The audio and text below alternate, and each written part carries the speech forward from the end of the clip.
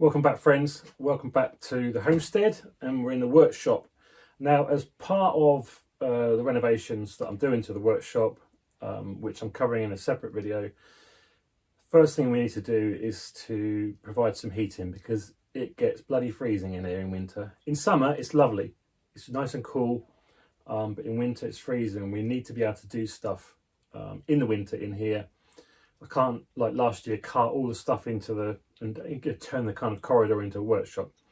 So I need to solve the heating issue, and my heating solution has just arrived in this cardboard box. So let's open the box, see what's inside, and then I'll talk about why I've chosen this to heat the workshop.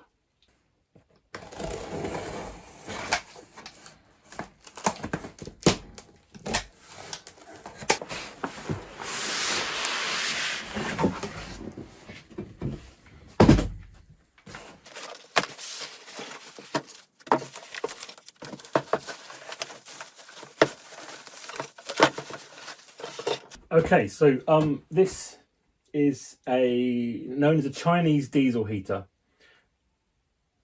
Bear with me. Now,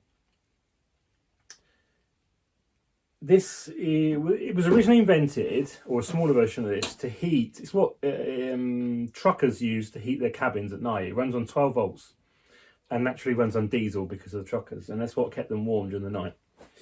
They've become really popular recently for people like myself heating workshops. And I've done a lot of research, looked at them, and what your first question probably is, why on earth is a guy who lives in the middle of the forest with more firewood than he knows what to do with, heating his workshop with a diesel heater? Well, let me explain. 2 or 3 reasons, to be honest. First reason is I need a quick solution, and this is a quick solution in terms of install, setup, which I'll do in this video, and get it going. I need this workshop heated now. Winter's coming, and well, autumn is already here, obviously, and it's getting cold. It's going to be just above freezing for the rest of the week. Second reason is I need space. I haven't got a lot of space in here, and the space where a heating solution could go is in the corner there, and because log fires blare out a lot of heat, they need a lot of space so your stuff doesn't melt anywhere near it, and I need that space. Third reason is my father-in-law was a bit of a hoarder. Most of that was hoarding rubbish, stuff that should have got rid of, that was our job. But he also hoarded a lot of diesel, kerosene, oil, not used oil, fresh oil, probably from the Soviet era. I don't really know why he's got it, whether it was given to him, whether it was taken, quote unquote. Probably something to do with tractors and the cohorts that were working here. This was all fields and potatoes being grown, stuff like that. Anyway, there's a load of it. There is probably enough to heat this workshop for at least 3 winters, I would have thought. And if we don't use it, because I wouldn't use it in a car, then someone else, it will get thrown away, it will get dumped, someone else would burn it. And it makes sense that we use it to heat this workshop. We grow enough trees on our land to more than make up for, if anyone's worried about the CO2 footprint of me heating this little workshop. So I don't really have any concerns about that. So there's 3 good reasons why this is a good solution. Edit, while I remember, there's actually a 4th, possibly 5th reason. I don't want to have to install a chimney in the corner because I need to drill all the way up. Well, I'd have to install a chimney. So all through the ceiling, all through the roof, and all the gubbins that goes with that would take quite a long time and expense. This is only 120 euros. I should think the chimney alone would cost 120 euros here, and not to mention all the time it would take as well. So yeah. So I guess that said, let's go on and have a look where it's going to go, and then we'll look at some instructions, and I'll get it starting to get it. There's loads of installation videos, so I'm not going to tell you how to install it. It's going to show you how I'm using it here and the difference it's going to make, really. So let's get on and do that. Here's the doorway. The plan is to install it somewhere here. It needs to be able to exhaust out to obviously the outside, and then it'll blow all the air into the workshop here. Don't think this table is staying here. This will all be decked out with OSB because all my tools will be racked up there. But yeah, somewhere here is the idea. I need to work out the measurements. Let's just grab it.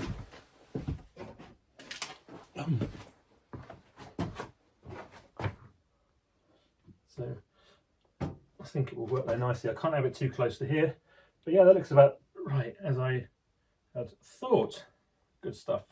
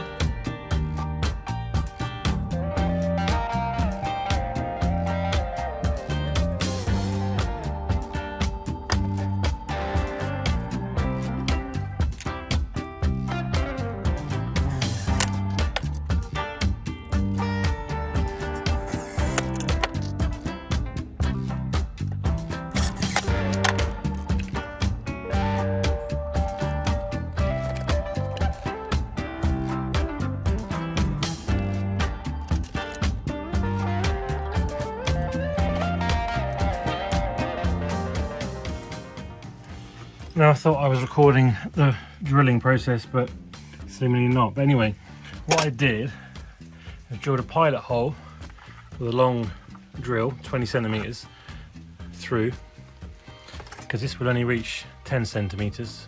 So then I knew that by getting the pilot hole through, I could start this side, come the other side. I know that I would be pretty spot on.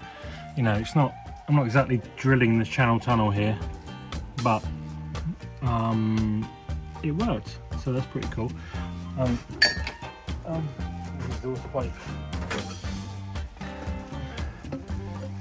That all goes through, and there's lots of room that if I need to put in later on. I don't know how hot this exhaust pipe runs at, but from what I've seen on videos, not hot enough to, you know, burn wood. But if there's a problem, some charring, what we'll do is we'll put a heat shield in there, and that'll be fine.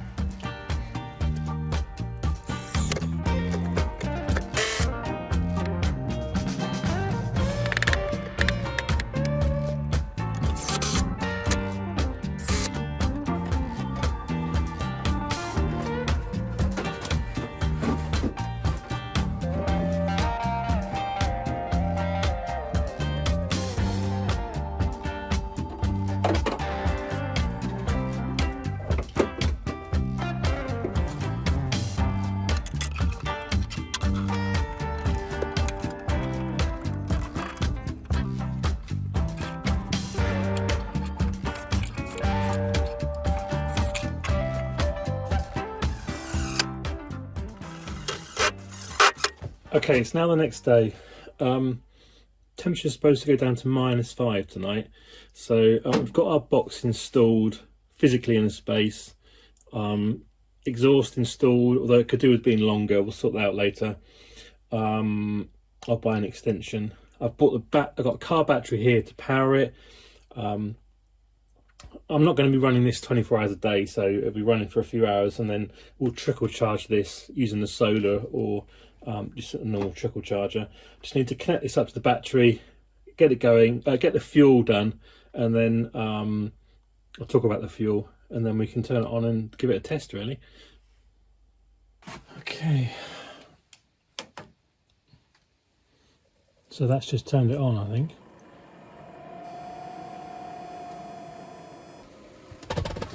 So there's a bit of smoke coming out of the exhaust, which probably means I over primed it, which is to be expected really. We'll just close the door to stop that coming in, and then we'll wait for the machine to really kick in.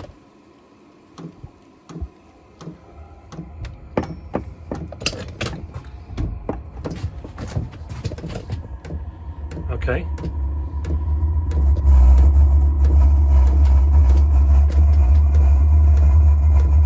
Sounds promising.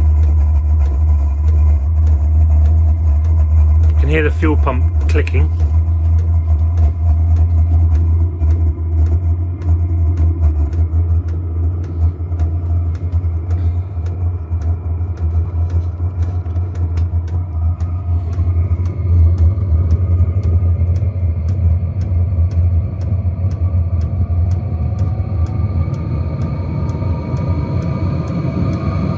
Exhaust is pretty clear now.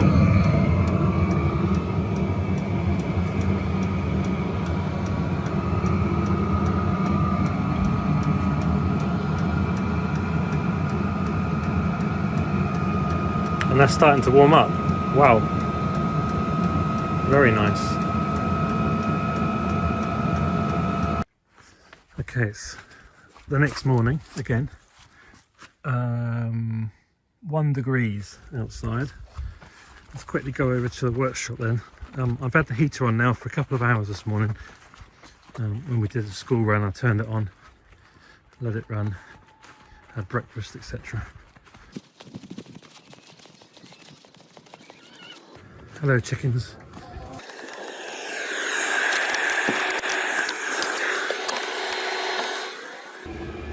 It's certainly warmer in here.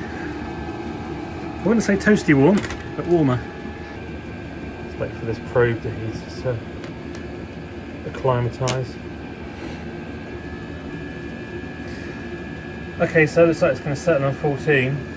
It's not bad, I suppose. Well, better than 0 or 1. I can work in here, it's fine. Maybe I was hoping for a bit hotter. I mean, I've still got to play with the settings and everything, so seal the door up, stuff like that. It probably takes a while with these stone walls to get some kind of residual heat in here for the winter. But it makes the workshop workable, and that's the important thing really for me. Obviously a log burner would kick out a lot more heat. This is 8 kilowatt. And that's something for the future really. So there we go, that's the Chinese diesel heater installed. Obviously I will get a carbon monoxide detector in here as well. That's essential for any of these kind of installations. Get the door sealed up, maybe get some insulation as well. I'm sure that'll make a big difference. But anyway, it's a start, and it means that I can now work in the workshop, or up to 15, and make it better really. This is really a tool to enable me to be able to work in the workshop during the winter and make improvements, so it's a start. Hope you enjoyed the video. Hope it was of some use to you, and if it was, then there's lots of other videos on our channel which you will find equally useful and interesting, and do check them out. Until the next time, I'll say bye for now, and see you again soon. Bye.